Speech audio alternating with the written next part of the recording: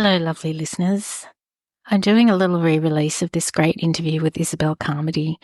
I went to the launch of Isabel's latest book, Comes the Night, at Avid Reader recently, and I thought I would share this wonderful project Isabel has launched called the Hope Flies Project. Hope Flies is a month-long online auction of 30 extraordinary kites decorated by 30 award-winning Australian artists and illustrators who've donated their work to raise funds for the Red Kite charity. I was so struck by the story behind this project, I thought I would share it here. The story I'm about to read are Isabel's words about the project from her website, hopeflies.isabellecarmody.net.au. Please go check out the website when you have time. I hope Isabel doesn't mind me sharing this here with you. These are Isabel's words. Years ago, I read for some time to a wonderful 16-year-old girl who had a form of cancer. This came about after her mother wrote to me to say her daughter was dying and doctors had done all they could. They were coping, she said, with self-irony, that told me a great deal about courage. She was writing to me because that day she had come upon her daughter grieving for all of the things she would miss out on. One of those things, her mother wrote, was the last book in my Ober-Newton series. She said she did not know if there was a manuscript or anything at all, but was there anything I could offer that would give her daughter some sense of closure? The Red Queen was a total dog's breakfast, an enormous tome that needed trimming and developing. There were potholes and craters everywhere, not to mention chasms of chaos. Also, most of it was handwritten. I thought for some time, then wrote to the mother saying I could not send anything, but that if her daughter would like it, I would read what I had and tell her the story of the bits that were not yet written. They agreed, and each night for many months I read to her. It was one of the most beautiful and terrible things I've ever done, because she was the most lovely, intelligent, beautiful person, and it hurt to know she was going. I did not reach the end of the book, and it has always grieved me that there was a sad part where we both wept, and I wanted to tell her it would be okay, but I didn't want to spoil the story. We always said hello on Skype, there was no Zoom then, and afterwards she would switch off her screen so she did not have to perform wellness she didn't feel or reactions that would exhaust her. The agreement was that she would simply close her laptop when she wanted to sleep or felt too ill, and I would see it. Mostly, though, she told me she was tired, and sometimes in between readings we would talk. I cherished the memory of those quiet conversations. What I did not know until later, and what has always profoundly touched me, was that her father read my other books to her in the daytime. It has stayed with me how wonderfully warm that family was and how brave, the mother writing to me to ask for closure, and the father reading to her day after day, even as I did, and most of all their willingness to let me share that time with her, which must have been so very precious to her parents and sister. That is just amazing. That really broke my heart. Isabel, that is such a beautiful story, and I am so happy to support this project. Just as a gift to the listeners, I hope you enjoy the following interview with Isabel, and please check out Hope Flies and have a look at the website. There are some beautiful kites. They're going to be revealed every day. Bid away, and hopefully there will be a wonderful amount at the end to donate to Red Kite. Thank you. Isobelle Carmody, welcome to Totally Lit. Thank you for joining me and my listeners. My pleasure. I'm really excited. I've sort of bumped into you a few times over the last couple of years. You helped launch my wonderful friend Inda's picture book, which was amazing. And I also attended a course that you ran with the Moreton Bay Libraries about world building, which was exciting as well. And I came away from that course. Eva Scott was in that course as well. So I made a wonderful friend there and went away with big plans to be a wonderful writer. And I've done nothing. Oh, well, I have a picture book out. A long way from nothing, Kai. Yeah, so it's something. But I was doing a bit of reading on your website, and you've got over 40 books out. So that's a lot more than a picture book. Yes, but it's a very, very long career. So it sounds like you're very industrious, though. So you started writing when you were young, and you about 14, is that right? Yeah, I started writing. I mean, I guess I've always been a big reader, even when I was young. And I started writing I wrote stories for my brothers and sisters. I wrote stories for myself. I drew little cartoons and stuff like that. But I would say I started writing a book when I was 14 after my dad died, Right. as a kind of way of answering some big philosophical questions for myself, I suppose, although I wouldn't have put it that way at 14. And you were first published when you were 24. Have I got those facts right? If you tell me that, I believe you, because I don't figure these things out myself. So it was in my early 20s. So I guess that must have been around the time. Right. And so you've written 40 more books since then. Do you want to share how you emerged into the publishing industry with that first book?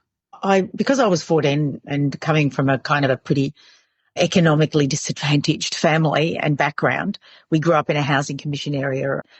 It never occurred to me I was going to be an author. In those days, you didn't meet authors, and they were shining beings on another planet. It would never have occurred to me that when I was a child, I could have written to, both Tolkien and C.S. Lewis, but never would it occur to me that we lived on the same planet.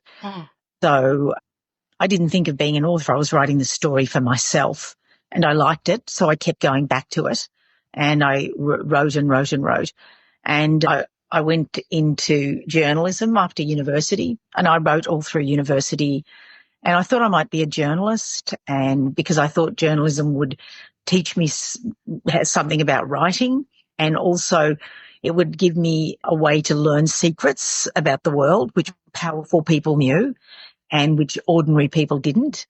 And I wanted that. I wanted some access to the secrets about how things were run and why things happened the way that I did. They seemed terribly unfair.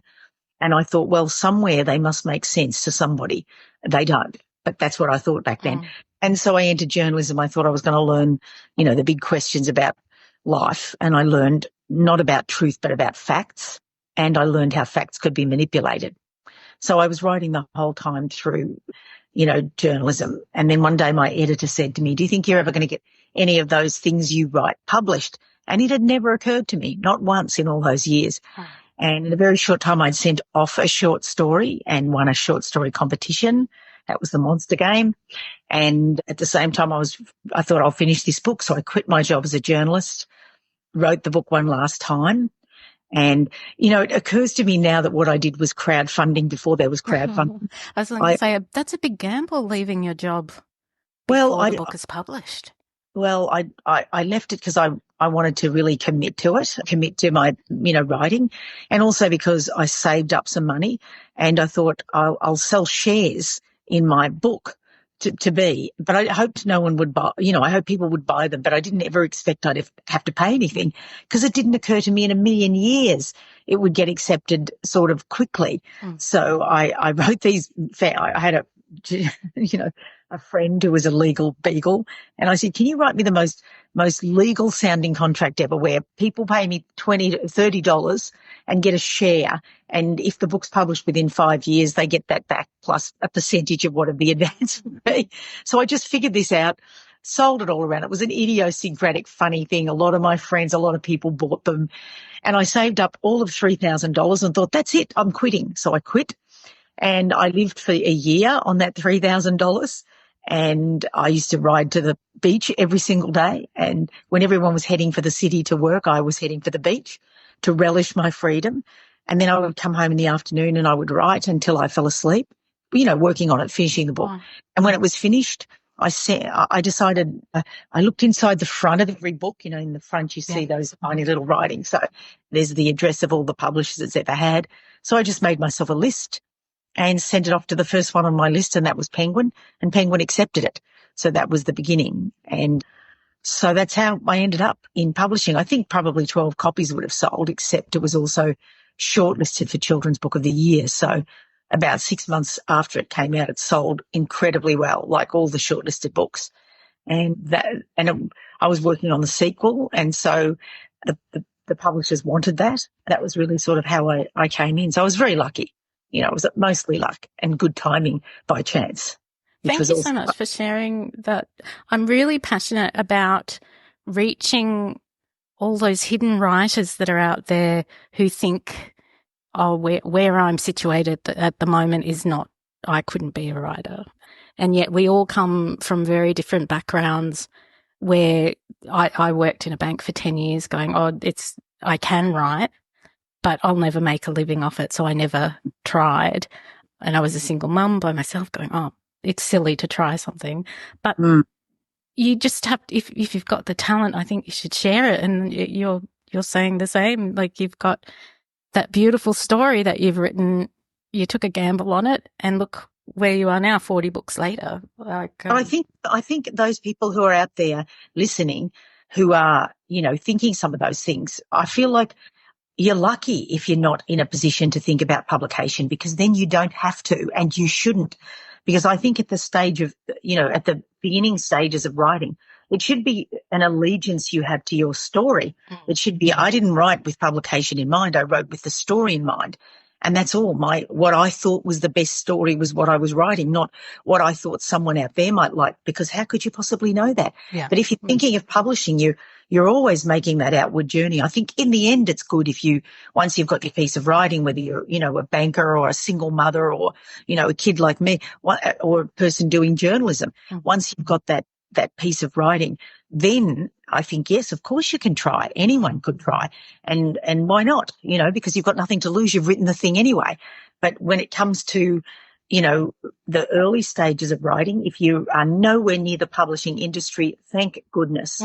But really, it's all about marketing, and writing is not about marketing. Writing is not about covers or appealing to audiences. Writing is about doing the best writing you possibly can with no voices from anywhere but, your sense of what's good, which means you also need to read. And a lot of people who write don't read, which is utterly baffling to me, why a person who doesn't read would think people do and are published, but it's astonishing to me that they would even want to write a book. And anyone who sits down to write a book for money, do something else. Get a normal job, because you'll make more money that way.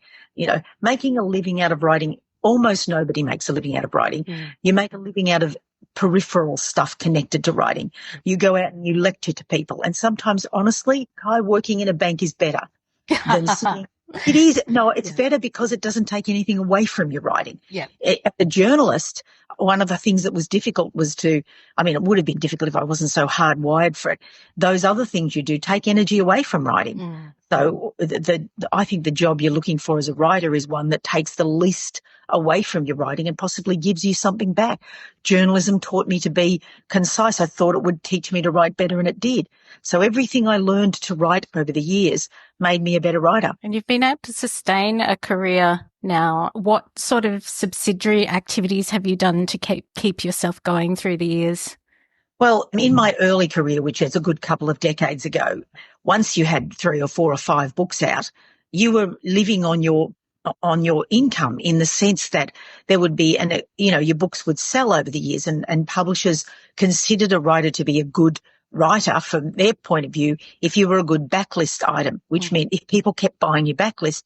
But these days they don't have the backlist available very often. So it's a constant negotiated or, stand and deliver tactics, which say, if you don't support my backlist, and support to me doesn't mean turn it into a print on demand book. It means making it available in bookshops and making it there, because the other day I walked into a bookshop and I bought 4 books.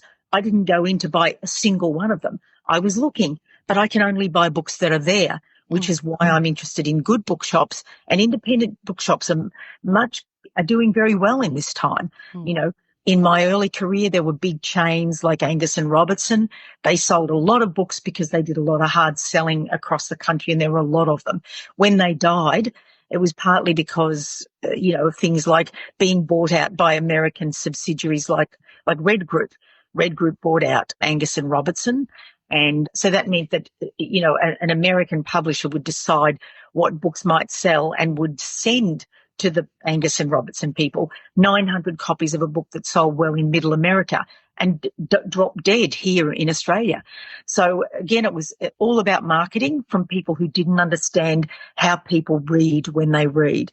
And so you look at all of these things, you look at the phenomenon that was J.K. Rowling's books. Like for her, she sold really well before it ever turned into movies or anything else. She just sold really well because she told a good story with some really great elements in it in a time when something comforting might have been needed, and that was what was being offered. There's a kind of comfort in her books, even as dark as they are at points. They are also comforting. They're a school story, which all of us have read. So she sold really well. And then, they had some great marketing tricks, like they released them on a certain day and people lined up for them and all the rest of it. So there was some really clever marketing around that. She had to send it to a lot of publishers and was turned down by a lot of people first. So persistence is important. And she obviously can make a living out of her writing now because she has movie franchises and she has all of these things. If you don't have those and companies like Angus and Robertson no longer exist, it's much, much harder. Also, until recently, you could get educational and lending book rights, which means you get a little payment out of every book that someone borrows in the library, unless it was an ebook or an audiobook. And I get borrowed like crazy as ebooks and audiobooks, but I don't get any payments for them. So libraries will get rid of hard copies, which is what the electronics people count, and you stop getting. So my public lending rights has dropped down over the years too. Right. But as of this year, they're starting to count electronic rights again. And I am unfortunately only 5 years back of publishing. So that means that my Obernewton Chronicles, which began before that, won't receive income from and they're the biggest ones that get borrowed for me. So what I'm having an argument now with the audio people is these books need to have a new ISBN. And the only way to have a new they don't want to, because they've got algorithms that work to direct people to them. So they'll make money out of them. That's the way they are, but a writer doesn't. And there's no way to say, but I won't get paid out of this because nobody cares. Yeah. So this is the stand and deliver method. So I will not renew any rights to any of these books unless they get a new ISBN number. That's the first thing. Second thing I've done is I also have to recognise they've got a reason for wanting their their algorithms, because it brings them in money. When the algorithm vanishes and it's new, it takes them a while to build up. So I have to offer them something in return. So I can play hardball, but it's much better if you do both. Yeah. So you can say, I will not renew these, but you can also say, but to make it sweeter, when I write the book of Matthew, which will be from Matthew's point of view, I always wanted to, people have often said, what about, will you write it from Dragon's point of view? Will part of that book be from Dragon's point of view? And the answer is no, but I always would love to have written from her point of view. So I've offered the publishers, the audiobook publishers, one short story about Dragon, a long short story about Dragon, which is a kind of counterpoise for Matthew's story through the series. So each one they bring out, I will give them the rights and give them a story which they don't have to pay for, which will then freshen up the book, and they will then release the book with a new algorithm and a new cover. So in the end, it's good for them, but it's possibly also not a bad thing for me either, that they have a new something to freshen them as well. So, and at the end of all of that, I'll collect the stories and I'll offer them separately as well, but sometime in the future. So all these little, various things. I've got one book with a comic book publisher who's going to bring a book out, and he wants to bring out 6 separate copies of comics and unlimited edition comics, which I'm, as a comic reader kid, very excited by. Wow. So it won't make me a huge amount of money, but it will make me something if I ever finish it. Yeah. And so there's lots of these kind of little things. Next year, I'll finish Darkbane, and that then I took from Penguin the first 2 books in that series because they weren't going to bring them out again when they brought out the third one.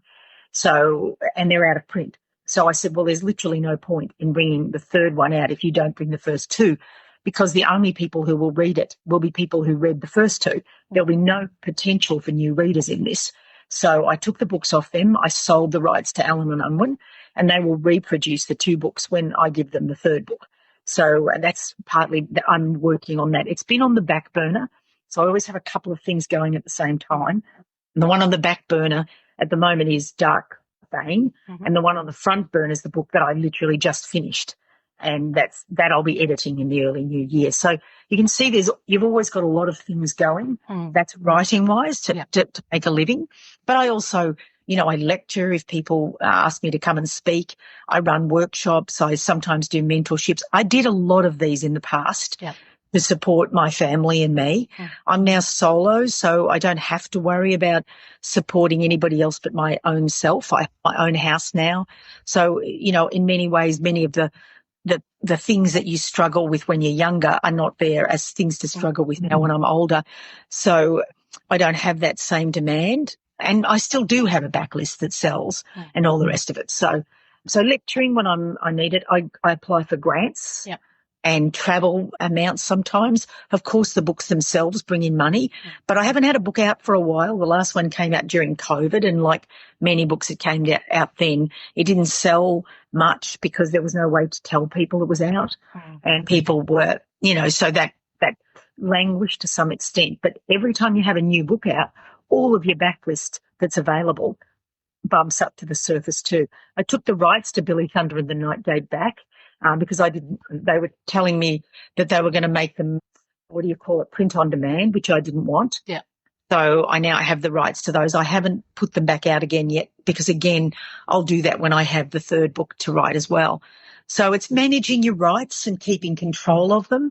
I had a conversation with some movie people about the Over Newton series. It's exciting. Last week. Yeah, it looks kind of exciting. It's been, I've had people look at it before. The people who did Anne of Green Gables held on to the option for a long time, but they didn't end up doing it. And then there was another group and then another group who looked at it and, got a contract. Then there was a Las Vegas agent who had a shopping rights for a couple of years. But this lot looks these people look really, really good. But we'll see, movies are hard to make. The Gathering's been with Nick Verso, who just beat Bluey out with a book that he wrote for the Academy Awards. And it's a passion project of his. He owns I gave him the option a long time ago, and he just re-signed.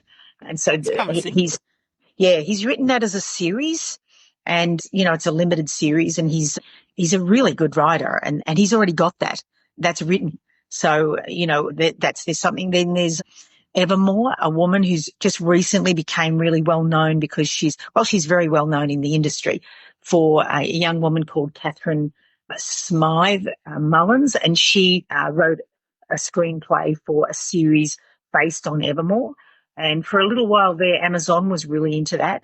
And but for a little while. And then they did something similar, something sort of gothic and, dystopian. And they decided that was enough for them then and there. But again, she wrote it already and it's there. And again, for her, it was a passion project too. So all these things are possibilities. You put quite a lot of time into talking to people about them and, meetings and stuff like that. And sometimes you work with treatments and things like that. So, and a lot of energy is spent in these things too. So, I guess you have to be very active. You have to work hard. What I don't do much is self-promote, which I'm not a very big self-promoter. I really don't like it very much. I mean, why is it that self-promoting always feels and looks like boasting? So it's a strange feeling. I think a lot of writers experience it. Yeah, because it's so not what we're like. Most of us, those of us who write because we love writing, are not natural self-promoters. It goes against everything. Some people do it really well. Some people do it in a very slick, professional way. I don't like it, but I see that it can work. And then there's a whole new world of self-publishing where people make a lot of money sometimes out of self-publishing, far more than if they went through traditional publishers. So I think there are lots of ways to get published now too that didn't exist when I was young. And I'm pretty sure I would have made use of them if I was starting out. So, but being old school, I'm still, with traditional publishers and doing it kind of the traditional way, which sort of coexists as well at this time. I'm still in those early stages where I've had my picture book contract and because you just want that first email saying yes. And I've had a few short stories win prizes. And so I'm still at those very early stages. And I don't know if as you progress, whether you get a bit blasé about it or whether it still feels the same when you receive those affirmations, I guess, that somebody wants to sell your book or share your story. It's exactly the same. Because if you think about it, people assume if you've written 40-something books, you must know how to do it. But every book is its own journey and its own challenge. Every book is different, or you're writing the same book over and over again, and who wants that? So every book is difficult. And I had no idea if they would accept this one when I sent it off. I know I'll get a read, having been around a long time. I know they'll really seriously consider it because, they want to, they've got a name they can sell. It's easier to promote me. So they know those things. But at the same time, there's lots of books out there and they want something that they think is going to sell really well. And if I've written a lousy book, that won't sell well. And I don't want to publish a lousy book. So having written it, I'm always anxious a little bit about the response I'm going to get. And, hers was a really good response.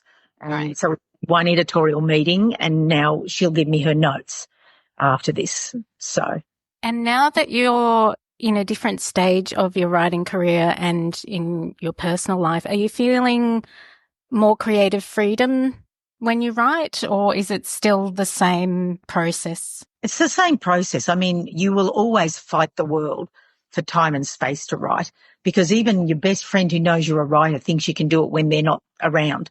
So when they're around, they don't realize everyone else feels exactly the same way. So you always have to elbow the people of the world in the face, even if you love them, to get them to go away and write. So it's always a fight to make space to write. And it has to be on the front line. You have to, really make your writing the first thing and the most important thing. And, I adore my daughter. My partner was really important to me. So these people have a demand on your time and you want to spend time with them. On my own now, I have a lot more time, which I love. I love that freedom of time. I don't think I write anymore. I think I write the same, but I have the freedom to choose when. There's a lot of peace around my writing now, a lot of peace in my life. I can choose to do or be pretty much anywhere. And so all those things are really lovely, but I'm only just reaching that shore, So in a year, I might know better what it feels like. But it's not good for everybody, this peace and this quiet and this space and nothing demanding anything of you. It's only because I've been doing it for a really long time that I can still work. A lot of people faced with a whole amount of time don't do anything because That's true. they're used to fighting against something to get time to write. So, be careful what you wish for might be the best answer to that.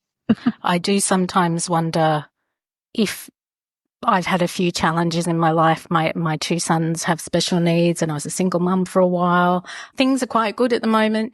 I'm like, would I have risen to the challenge if I hadn't had the challenge? Would I have pushed myself to be something different? But I'm wondering, you think of, that, I guess it's that sliding doors thing where it's like, if I was just a housewife with a happy life, would I have tried to do or achieve any of the other things? And I probably shouldn't say just a housewife because there's some people that are very happy and flourish in that role. But for me, when I was facing challenges, I was like, I want to make something of this life. And that's why I've started writing. And do you feel that way, or how do you feel about what drives you to write? I think there is a drive to write, or to create probably would be the best way to put it. There's a drive to create, which I think is in a lot of people as children. And I think life often produces a path which takes them away from it. Like a lot of people write when they're young. Writing when you're young is not unusual at all. Writing and creating, painting, making music, dancing, all those arts are there when we're young, and most kids flourish doing them.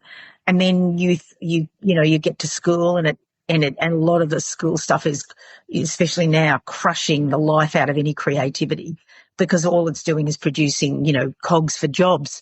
And I think a lot of people, want to be safe. This is a time when, even though the world is kind of safe for many of us, we feel, that life isn't safe, and therefore we have to be protective and we have to do real jobs which always seem to be something, protecting capitalism and the status quo and stuff like that. So once you get caught up in that, it's hard.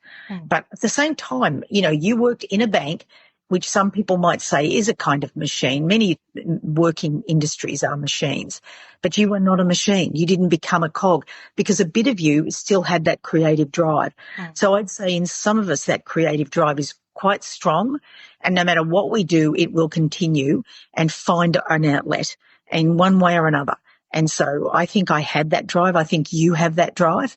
And I think a lot of people out there, whether they're housewives or presidents, have that drive. And actually it'll come out somehow if the opportunity or they make the opportunity arises. So, and for those who don't feel creative, I always feel like I always want everybody to try to get their way back to it, because I feel like what kind of life do we have if there's no creativity in it? I actually feel for them, and yet they, you know, they don't read, some people, you know, they don't look at movies, they don't consume any kind of creativity, and they don't take part in it. And I just feel humanity diverges into whatever it is they are, the hedge fund managers of the world and the Donald Trumps of the world. They go in one direction, and then we go in another direction, which is where we can have some art and enjoy it and love it. People who sell art as an investment and never look at it, that's that path. Yeah. But I think for most of us, it's not like that. I think that's actually a narrow path, and the rest of us are mostly on the other one, or yearning for it one way or another. I think it just explodes out of you the more you try to repress it as well. I found I've been a much more satisfied person now. I'm creating and being more, I guess, true to myself. Now, I want to ask you, because you are so prolific, where do you get all your ideas from? Everywhere, life, you know. But I think in the end, if you look at every writer's body of work, you always come back to, if they're real writers, that they're asking one or two questions over and over and over again. And you look at the themes in a piece of writing when you study them as students, but I think those themes arise from the questions the writer is asking themselves. And my question is, why do people do the things that they do? Why are we capable of such extremes of behaviour, beauty and creativity and kindness and self-sacrifice at one end, and complete monstrosity, awfulness, hideousness, cruelties at the other end? How is it that we encompass these things as humans, and what makes us one or the other? And is it one or the other? So these questions have always been, from 14, 13, 12, those questions are things I always wondered about. And they're such huge questions that you never come to the end of them. And so all of my books, to some extent, ask, what are we as human beings? Where are we going? What is possible for us? Is it, like the Over Newton Chronicles asks, is it possible for us to be better as a human race? Or are we just hardwired to come to the same end? Or can we be better? I wanted to find out if I could believe that, if I could find a way to write a story where humans were better. And I did. I felt I did. And what was required, I realised, of us in the writing of that is we have to evolve beyond whatever it is we think human beings are that are so wonderful. We have to let go of that and keep on growing into something better, And, so that was my understanding. I asked a question. I came up with some thoughts and answers from it. So the ideas that come are drawn to the questions that I ask, I think. How are you finding the current world environment? Is that the world seems, I know it's always in a state of crisis, but are you finding that you're being stimulated to ask further questions that you asked when you were 14?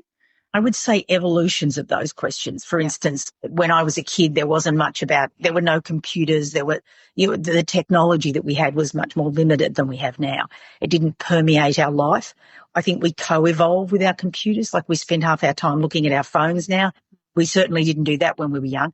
So the way we've moved has been towards some kind of integration and opposition and connection to machines. So one of the questions I ask now is, if we continue to evolve with machines and we start to adapt ourselves and change ourselves with machines, where does humanity end? And is that a good thing maybe? And what does it mean to be partly human and partly whatever it is that's machine?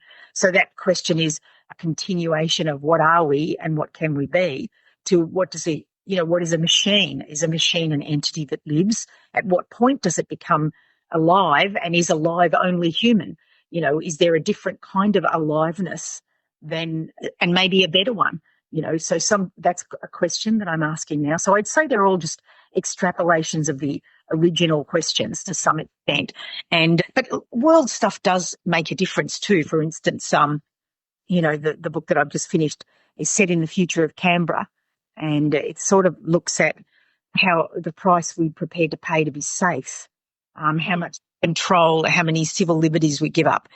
What would you give up in order to be safe? And it seems to me a very great deal. Humans are very fearful and would give up a lot to be safe. And so that story explores that. The idea that, I started out by writing a dystopia, and the thought about dystopias I read one day startlingly and strikingly that, of course, every dystopia we write is existing somewhere in the world for poor people who don't have enough to eat. People working in, cobalt mines in Africa or something, they live in a dystopia right now. And we can't think beyond that. We can only think our notion of dystopia exists in the world, and we call it dystopia and imagine it's the future, but it exists. We just don't have to look at it. So I thought, what if we do, which we do, live in a dystopia for some people, but what if someone lives in one and doesn't know it, which is us, and then realizes it? How would that realization come? How would that change their behavior? Would it be still, oh, well, good, at least I'm safe, or where would it go? And because I think young people are more likely to be brave, more likely to adapt, more able to change. The main characters, as many of my books, is an adolescent, and he begins one way and is changed by what he learns about the world. So that's a direct reflection of stuff that's happening in the world. But still, the question ultimately is why do we do the things we do? Why does he do what he does? Why do the people in power do what they do? Same questions as when I was writing Ode to Newton. And because we're so human nature, really. Yeah. And because we're so complex and our world is so complex, those questions, you can find millions of different ways to ask those questions that are equally interesting. So I guess those are, and if you look at your work, because you've only written a few short stories and one yet that you've mentioned, you may have written 100 others, you'll begin to see as you work what are your questions. And the more you know what they are, the more you can pursue them, and more clear-mindedly you can figure out, is this something I'm interested in? And then that goes back to writing stories that are true to your own questions and not to what you think will sell out there in the market. The way to originality is not out there. It's in here, inside you. So that's a lot of deep thought for a 14-year-old, Isabel. I think all 14-year-olds think deeply like that. I think who don't think deeply like that are people our age. Your age up to my age, I think we don't have time to think, let alone think deeply. And well, I think it's difficult to sleep at night as well if you really think about reality. Yeah. Even we're trying to pretend it is dystopia in the future because it's actually very difficult to think about these big real issues and function. Yeah. And in a way, that is one of the virtues of creativity, that you can ask these questions in a nourishing, flourishing kind of way, because I think we need to ask them as humans. We can't put them aside and not think about them. And I think we lay awake at night and wonder how to pay the bills. We lay awake at night and wonder what's going to happen to our kids in the world. I think we lay awake and worry, all right, but we think very specifically about our own questions, whereas a kid is still growing in the world we've invented. And so they don't have their own world yet to worry about. So instead, they are able and free to think about those philosophical questions. They won't feel free, they feel powerless, but that's exactly why they can think about those questions. And of course, they think we have power and grow up and discover we don't. So, I don't have any. Yeah, exactly. So it's that privilege that they can think about those things, and it shapes us as humans. The things that we have around them, that happen to them, that happen to us, which they see, shape them and their questions. Is that potentially how you felt as a young person writing? Yeah, absolutely. Those questions were very important to me. I learned in school about, the Manhattan Project, and it's been a lifelong preoccupation. I've got a book with me right now called Chernobyl that I'm reading. I went to Japan last month and I went to Hiroshima. And so, these sorts of things that shape you. At 14, I worried that somebody was somewhere deciding it would be a good idea to drop an atomic bomb on me. And I, like the people in those, Hiroshima or Nagasaki, wouldn't know about it. I wouldn't know. And someone would think that was a good idea for reasons that, whatever their reasons. So I felt quite vulnerable. And I felt the world was a dark and dangerous place. My dad had been killed by a drunk driver. So I felt anything could happen. All the bad things could happen. But I still had hope, I dreamed of things that were good. I dreamed of belonging somewhere. And so I wrote those two things, the questions and the things I longed for. The wishful thinking was all kind of bound up in Over Newton too. Love and friendship and a place to belong. They're all in there too. And as an adult, you do quite a bit of activism and you're passionate about important issues. Do you feel that your writing career has enabled you and given you a bit of power to be able to do that? When I did the period of life in which I was very, very out there and I put everything, my PhD, my writing aside, and I was very much an activist in that time, you have to give up. There's no other life, it consumes you and you think of nothing else too. At that point, I did not want to use my writing as a platform. I didn't want to be a writer. I didn't, because I felt like it would look awfully like self-publication or promotion. I felt it's a very, very fine line you walk at that point. So I just felt like, no, I just don't want to do it. So when I stood with my sign, I never said to anyone that I was a writer. I never promoted myself in any way when I was out there. However, I did post online a picture every day and talk about what had happened. So people who did know I was a writer would read it, but people who didn't know I was a writer would just read the article and would talk to me in the street. So I was really careful to keep the two lives apart. They do merge. Like, people who knew I was a writer were very conscious. I got a lot of publicity for doing it, a lot of value for doing it, but it wasn't ever I was very careful to kind of try to keep it to one side because that was the problem.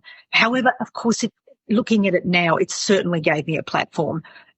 Once I got to the later stage when I put it together an installation and I ran it here last year or earlier in the year here in Canberra, I did make very much use of people to bring it in to talk about what it meant to protest and the value and the need for the ability to protest in our community. And again, it goes back to that power question. If you don't have power, how do you make them listen? Well, this is one of the ways. And so that installation for me was a very important way of, again, asking philosophical questions and provoking people to ask them too. So, yeah, so in a way, I don't see them as connected, but it did give me an unintended platform. Yeah, but I suppose if I wanted to raise money for something, I would probably ruthlessly use but only if there was, I don't want to be seen as doing it as a way of promoting myself as a writer. So that's really, that's a question I would always ask myself with any activism.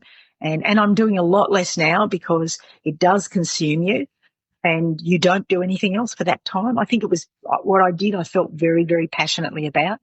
But then other causes start drawing you and you can see how easily your life could go there. And I have other things. I have other work too that I think is important as well. So I did withdraw from it after that arc of time. So at that time, were you prepared to let go of your writing career? I didn't. To be an activist? I did go of it. I was working every day, but I was also putting a PhD together. So I would go home at night and I would work on it, but I was not working with it wasn't on the front line. And I always talk in this way about the front line and the back line. The front line is the work that is at the fore of my imagination. It's the thing that I'm doing. And during that year, my PhD and my writing went to the back line. So they were there and they were still happening, but nowhere near as passionately. All my attention was focused on that at the time, and what was left over went elsewhere. So there's no way I'd ever give up writing, but that it wasn't on the front line anymore. And this last year, I've tried quite hard to say no to lots of things, to push them away, so that I see this year unfolding next year with very little in it except writing. And I'm so happy about that, because I have some stuff I really want to focus on. And I think of these frontline things. First, finishing Comes the Night, which hopefully in the first couple of months of the year, finishing reading Theatre of Death, which was my PhD novel, and sending that off, and then finishing Dark Vein, That's really important. And other little smaller writing projects I've got around. I want a year in which I finish a lot of big things. So, and hurry up to answer your early question. Yes.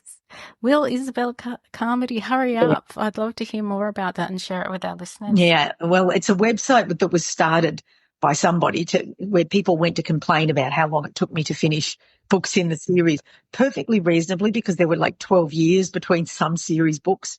And I take it as a compliment, but people got pretty angry at different times and still do, that I haven't finished things or that I haven't got to them. And someone wrote me a really savage letter recently saying, you know, you reckon you've got your daughter to look after. She must be 24 now. You can't have to look after her anymore. And you must be like 65. Why are you doing this? Why don't you take a course and learn to finish your book? So angry. I was like amazed. This person wrote this terribly privileged, but also a really furious letter. And I wrote back, listeners, my mouth was wide open right there. yeah, I'm so shocked by that. Wow. So I thought about it for a while and I wrote back, you know, wow, you really, how to respond to this very angry message.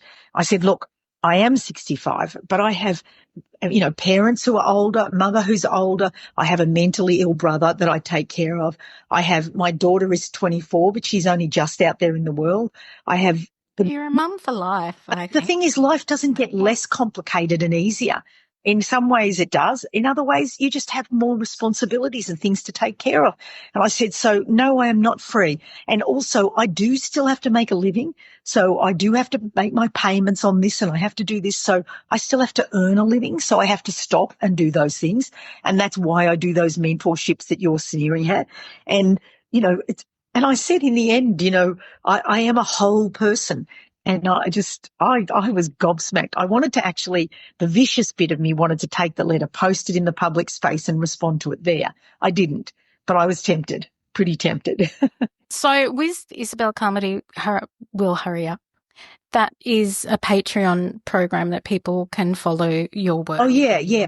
So when I started, and we can engage with you. Yeah, sorry. Through that program. I didn't fully explain that. So that's where the website came from. And then someone suggested to me at some period when things were very, very tight, someone suggested doing Patreon. And I looked at it and thought, oh, no, my God, it's too much like begging and I can't. My pride won't allow it. So I wouldn't. And then a really keen fan who ran my fan club for years said to me, really pitched to me that I should do it. And she said, you know, she just made me think I could do it. And so I did it. I set it all up and then it took me another 6 months to launch it. And I don't really publicize it. All I do is when I make a new post, I make it, you know, public out there in the world. And every now and again, I mention it somehow, somewhere.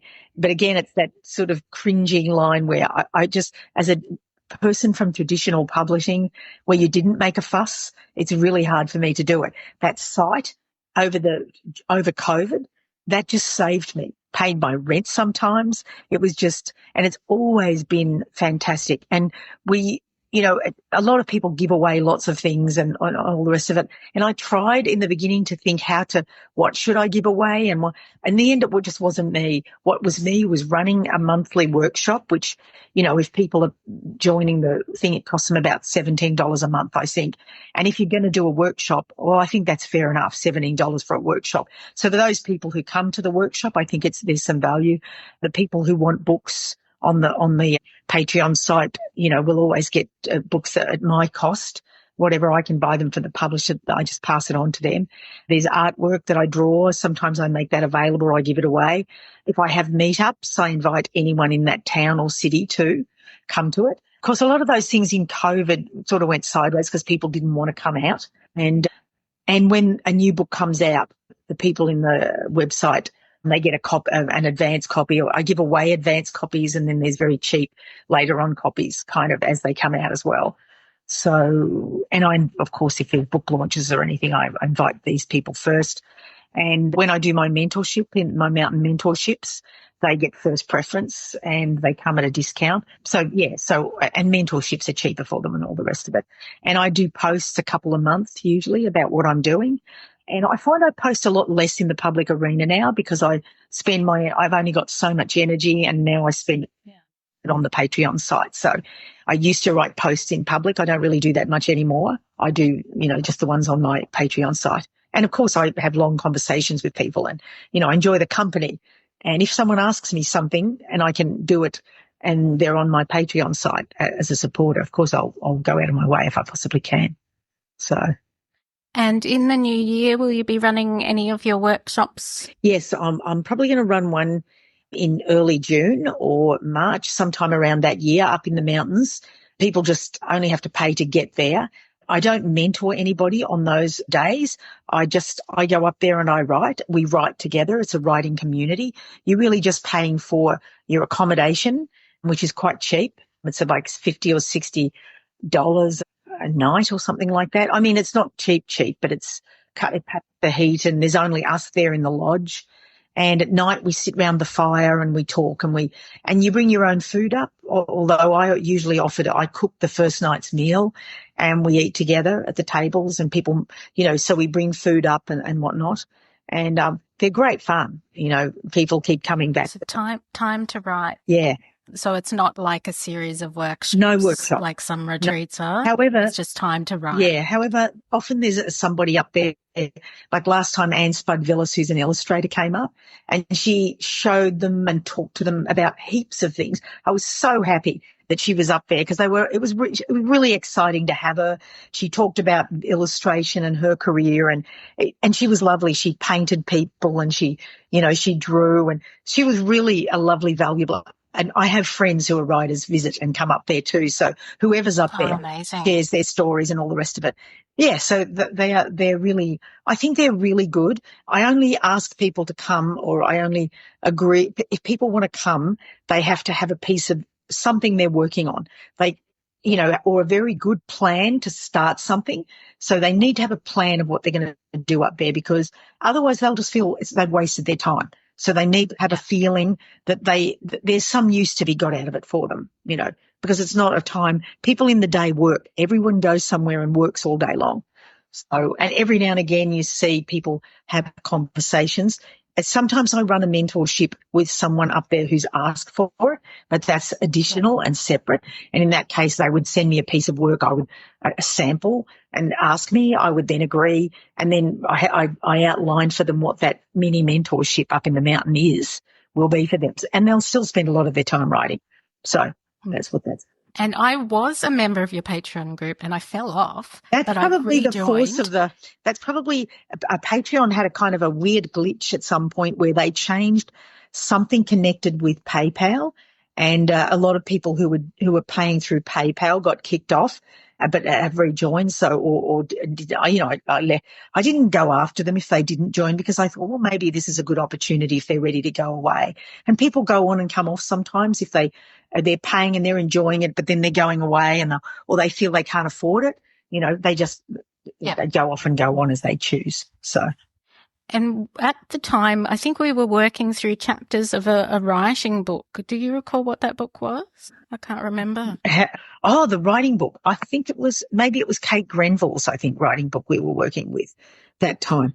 And will you be doing something like that again? This coming year, we're gonna try to put together a graphic novel. We're gonna work on a graphic novel this year. Sounds cool. I did somebody ran a course for just me and one other writer. Remember me telling you about the 6 comics?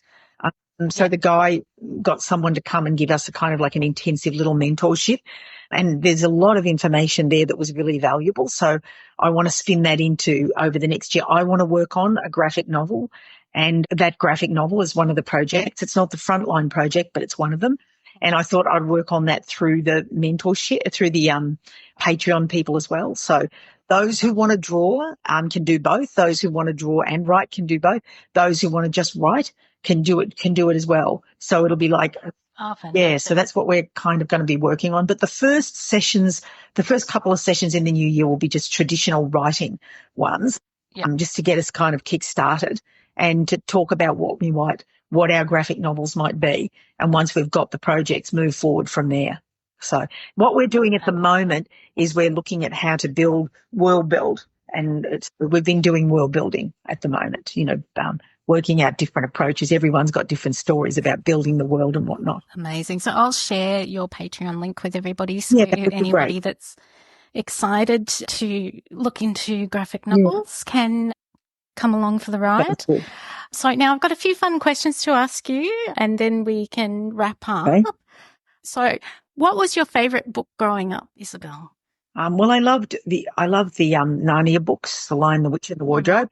The idea of going into an alternate world where you could talk to animals, which was the thing I wanted most, and a world where, you know, honour mattered and all of those things. So for me, that was a really important book. I used to read, I loved Pippi Longstocking. I mean, that was a younger book, but I liked the adventurousness of that girl. And it strikes me that many of the books I was attracted to, Anne of Green Gables, the Tom's Midnight Garden, were about kids who were orphaned or alone. And Margaret Mahy said, when you write children's books, you have to get rid of the adults. So I think I was very, because my dad wasn't there and I had a very strained relationship with my mother. So there was this feeling that I needed to find a way to get away from that and into something where I could be alone. So I think straining at the bonds of adulthood, books like that. So, and of course the Lion, the Witch, and what's it called? Lord of the Rings. Yeah, that series. And so Anne McCaffrey's books, Talking to Dragons, you know, speaking of. Yeah. And so these are the books. I read a lot of science fiction as well as a fantasy, perhaps even more, because I think science fiction was stronger back then than now. And science fiction asks all those big questions. So, yeah. So if you could be any book character, who would it be? Book character. Any book character. Well, I would want one with power. I would want one who would maybe fly or have telepathy or something like that. You know, I can't think of a book, but the books that I read. Something magical. Not magical, no. I think I would like powerful. Some kind of, it's almost science fiction power. I would want something like that. Like telepathy isn't magic. I would like telepathy. Mm-hmm. Yeah, something like that. What are you reading right now? I've just finished a book that I adore called We Are All Completely Beside Ourselves. Have you read it? No. At about 117, it's like someone kicked you in the chest. Wow, I'm writing it. What? That is just an astonishing book. I can't tell you anything about it, but I can only tell you that. And everyone should go out immediately and get that book and read it, because it's an astonishing book. Okay, it's written down. Yeah. It's going in my to-be-read pile. Okay, if you could invite 5 literary people to dinner, who would they be? Who would they be? Ursula Le Guin, though she'd be very stroppy and she is in fact not alive. Tolkien. They can be dead, that's fine. Tolkien, I would have him. I would have Haruki Murakami, who wrote Kafka on the Shore. I love that book. That's 3. Anne McCaffrey and Sherry Tepper. Oh, I love Sherry Tepper. Yeah, me too. I was blessed during my university degree to have to read some of her books, and I wish I could create like that. Oh, who doesn't? Yes. The books are amazing. Were amazing. If you were at Hogwarts, what house would you be in? Ravenclaw. They're blue. I like Ravenclaw. Now, this is a bit more writing based. What advice would you give yourself if you could go back to the beginning of your writing journey? Don't worry, it's all going to be okay. You're going to escape all of this horrible world you grew up in, and you're going to end up somewhere where you can live wherever you like and do what you like. That's what I'd say. Except maybe it's better not to know these things. Maybe it's better to work your way to this. Yeah, it's interesting to wonder what path you'd be on if you could go back and visit yourself and say, well, I used to tell it's going to be okay. I used to tell myself that. I used to say, you don't belong here. This isn't your life. These people, you don't have to be with these people forever. And so I told myself, I guess I'd just be reiterating what I told myself without knowing it, and came to find. I guess if you want it hard enough and it's reasonable, you should be able to get it. I think a lot of us feel that way when we're young, that we're in the wrong place, or we're the wrong person for the place that we're in. Absolutely. When I was young, I read Kylie Tennant's Ride on Stranger. I don't know if you've ever read that. And I mainly read it because my mum has always said I was named after her. So I was like, I'm going to read her work. But I was very touched by that book and the journey that her character takes through it, because she was, a character that was in the wrong place for her. and she kept finding herself in the wrong place. And the irony of it at the end was, she finds that calm, peaceful place for her, which is not where you would have expected her to be in the end. Yeah. And it's always touched me, that book. Yeah. It's a great story arc, that's for sure.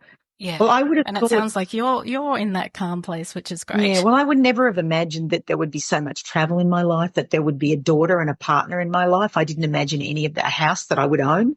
None of those things seemed to me what I would come to on a writer's life. And so, but I found all those things, and on the other side of it, peace also, a kind of peace. It's nothing static though. Until you're dead, life is changed. Yes. So true.